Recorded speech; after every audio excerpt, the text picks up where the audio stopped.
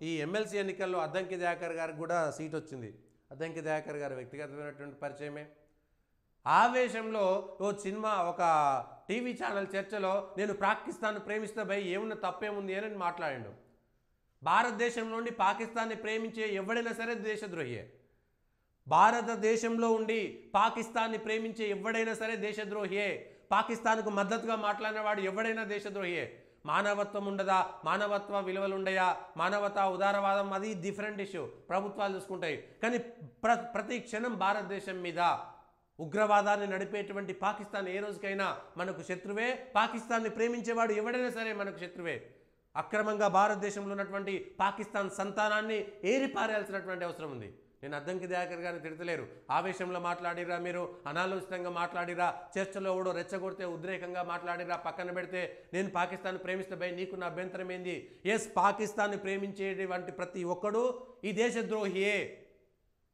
పాకిస్తాన్ని ప్రేమించే ఎవడైనా సరే ఈ దేశద్రోహియే. భారతదేశాన్ని వ్యతిరేకించే ఎవడైనా సరే దేశద్రోహియే. అయితే మోడీని సమర్థించాలన్నా, బీజేపీని సమర్థించాలన్నా, ఆర్ఎస్ఎస్ని సమర్థించాలన్నా పక్కన పెట్టండి. భారతదేశంలో ఎవడైనా సరే ఉగ్రవాదాన్ని పెంచిపోదించేవాడు, ఉగ్రవాద కార్యకలాపాలకు అండగా నిలిచేటువంటి వాడు, ఈ దేశంలో ఉగ్రవాది చచ్చిపోతే ఈ దేశంలో కసబ్కి మద్దతుగా కూడా ఈ దేశంలో లాయర్లు ఉన్నారు, మాట్లాడారంటే సిగ్గుచేటుతోటి. ఎవడైతే అసలు నిజానికి ఆ స్థానంలో ఉంటే కసబ్కు మద్దతుగా న్యాయ సాయాన్ని అందించినటువంటి వాడిని కాల్చి చంపాలి ఈ దేశంలో. లేకపోతే వందల మందిని కాల్చి చంపినటువంటి వాడికి, ఉగ్రవాదికి, ఈ దేశంలో అల్లకల్లోలు సృష్టించినటువంటి వాడికి లాయర్ ఎట్లుంటాడండి? ఒక ఎన్కౌంటర్లో ఉగ్రవాది చచ్చిపోతే వాని అంత్యక్రియలకు పోయినటువంటి వాళ్ళందరూ కూడా ఉగ్రవాదులా కాదా? ఈ దేశంలో రాజ్యాంగాన్ని మార్చాలనా లేదా? చట్ట సవరణ తీసుకురావాలనా లేదా? ఈ దేశంలో ఉగ్రవాది చచ్చిపోతే ఆ ఉగ్రవాది అంత్యక్రియలకు హాజరైనటువంటి ప్రతి ఒక్కడు ఉగ్రవాదిగా ముద్ర వేయాలనా వద్దా? దానికి మతము ఇంకొకటి ఇంకేదో పనికిరాని అన్ని తీసుకురావద్దు.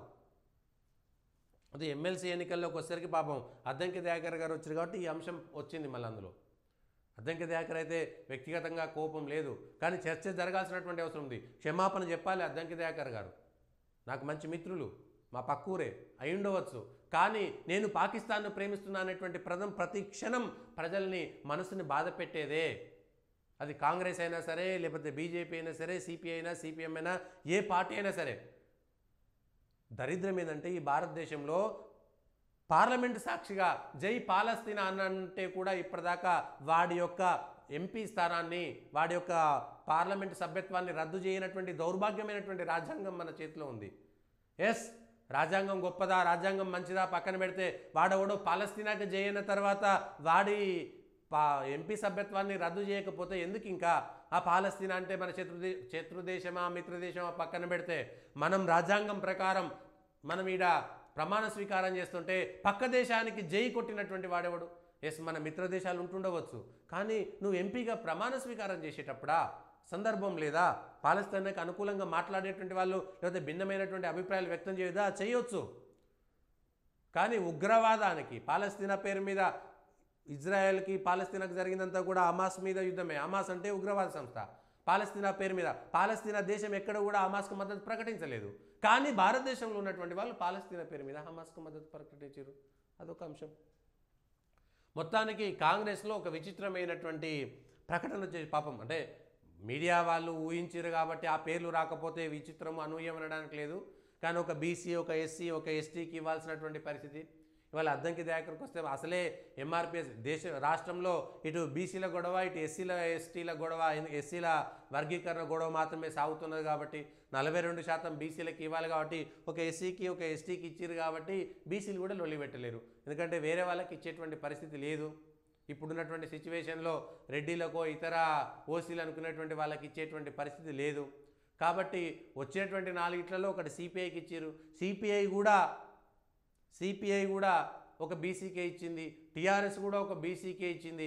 5 స్థానాల్లో సరే విజయశాంతి గారు బీసీ అని చెప్పుకుంటున్నారు, కానీ వ్యక్తిగతంగా బీసీయా కాదా నాకు తెలియదు. బీసీ అనేటువంటి ముద్రతోటే బీసీ అనేటువంటి కోటాలోనే ఇచ్చారు విజయశాంతి గారికి కూడా. అద్దంకి దయాకర్ గారు SC, Shankar Naik ST, Dasari Sravan BC, Nellikanti Satyam Yadav BC. 5 3 బీసీలు, ఒక ఎస్సీ, ఒక ఎస్టీ. అంటే మిగిలినటువంటి వాళ్ళకి ఎవరు రాలేదు. జనాభా ఎక్కువ ఉన్నటువంటి వాళ్ళకే వచ్చింది, మేము బీసీలకే ఇచ్చినాం. సో 42% అంటే 3 సీట్లలో 2 సీట్లు బీసీలకు రావాలి, ఒక సీటే వేరే వాళ్ళకి పోవాలనేటువంటి లెక్కలు కూడా చెప్పలేనటువంటి పరిస్థితి. ఎందుకంటే ఎస్టీలకు ఒకటి ఎస్సీలకు ఒకటి ఇచ్చిరు కాబట్టి బీసీలు కూడా ఏం మాట్లాడినటువంటి పరిస్థితే. కాంగ్రెస్లో కూడా ఇప్పుడు ఇతర వర్గాలు ఎవరు మాట్లాడినటువంటిదే. బీసీలలో కూడా కొట్లాట లేకుండా విజయశాంతికి ఇవ్వడంతో మిగిలిన బీసీలు మాకు ఇచ్చిరా మాకు ఇవ్వలేదా అనేటువంటి ఒక చర్చ కూడా వచ్చేస్తుంది. సో రేపొద్దుగాల నెక్స్ట్ వచ్చేటువంటి ఎమ్మెల్సీలకి, నామినేటెడ్ ఎమ్మెల్సీలకి, లేకపోతే ఒక ఏడాది తర్వాత వచ్చేటువంటి ఎమ్మెల్సీలు ఎవరికి ఇస్తారనేటువంటి దేవుడు ఎరుగు. ఆ తర్వాత రాజ్యసభలు తర్వాత వచ్చేటువంటి వాళ్ళకి ఎవరికి ఇస్తారో తెలియదు. రేపు ఇవి అయిపోయినాయి, ఇక మంత్రివర్గ విస్తరణ తర్వాత దాంట్లో ఎవరికి ఇస్తారనేటువంటిది ఒకటి. విజయశాంతి అనూహ్యంగా ఎన్నికల ముందు కాంగ్రెస్లో ఉండి బీజేపీలో చేరి ఎన్నికల ముందు మళ్ళీ కాంగ్రెస్లోకి వచ్చి, టీఆర్ఎస్ నుంచి కాంగ్రెస్లోకి వెళ్ళి, కాంగ్రెస్ నుంచి బీజేపీలోకి వచ్చి, బీజేపీ నుంచి మళ్ళీ కాంగ్రెస్లోకి వచ్చి ఎమ్మెల్సీ టికెట్ పొందారు. ఇంకా అద్దంకి దయాకర్ అయితే 2014 ముందు ఆయన పూర్తిగా మాల మహానాడు లేకపోతే మిగిలినటువంటి అంశాలే తెలంగాణ ఉద్యమం. 2014లో నేరుగా కాంగ్రెస్లో చేరారు. ఆయన రాజకీయ జీవితం 10 ఏళ్ళు. 2014లో 18లో 2 సార్ల తుంగతుర్తి ఎమ్మెల్యేగా పోటీ చేస్తే 2 సార్లు ఓడిపోయాడు. ఒకసారి తక్కువ ఓట్లతో ఓడిపోయాడు పాపం. కానీ గెలిచే సందర్భంలో మాత్రం ఆయనకు టికెట్ రాలేదు. తుంగతుర్తిలో గెలిచేటువంటి సందర్భంలో మాత్రం రాలేదు. ఓడిపోయేటువంటి సందర్భంలో 2 సార్లు టికెట్ వచ్చింది. ఓడిపోయినా కూడా ఒక 1000-2000 ఓట్లతోటే ఓడిపోయాడు. తక్కువ ఓట్లతో ఒకసారి ఓడిపోయాడు, ఎక్కువ ఓట్లతో ఒకసారి ఓడిపోయాడు. గెలిచేటువంటి సందర్భంలో మాత్రం రాలేదు టికెట్. కాబట్టి ఆయనకు ఎమ్మెల్సీ వస్తుందా రాదా అనేటువంటిది కాంగ్రెస్లో బాగా చర్చ సాగింది. సో అద్దంకి దయాకర్ అదృష్టవంతుడే, ఎమ్మెల్సీగా మాత్రం అడుగు పెట్టబోతున్నారు. ఇక శంకర్ నాయక్ కాంగ్రెస్ పార్టీకి వీర విధేయుడు, జానారెడ్డికి సంబంధించినటువంటి మనిషి. సో జానారెడ్డికి నల్గొండ జిల్లా అధ్యక్షుడిగా ఉన్నాడు ఇప్పుడు కాంగ్రెస్ పార్టీకి. జానారెడ్డి మనిషిగా ముద్రపడి ఉన్నది. మిర్యాలగూడ అక్కడ సంబంధించినటువంటి నాయకుడు, జెడ్పీటీసీగా ఎంపీపీగా పనిచేసి కాంగ్రెస్ పార్టీ జిల్లా అధ్యక్షుడిగా ఉన్నటువంటి వ్యక్తి. ఒక ఎస్టీకి అవకాశం దొరికింది, ఎస్టీగా విజయబాయికి ఇస్తారు ఖమ్మం జిల్లాలో అనేటువంటి చర్చ సాగింది. అది కాకుండా శంకర్ నాయకే వచ్చింది, జానారెడ్డిదే గెలిచింది. సో అట్లా 3 సీట్లు వచ్చినాయి. ఒక స్థానాన్ని సిపిఐకి ఇచ్చేసి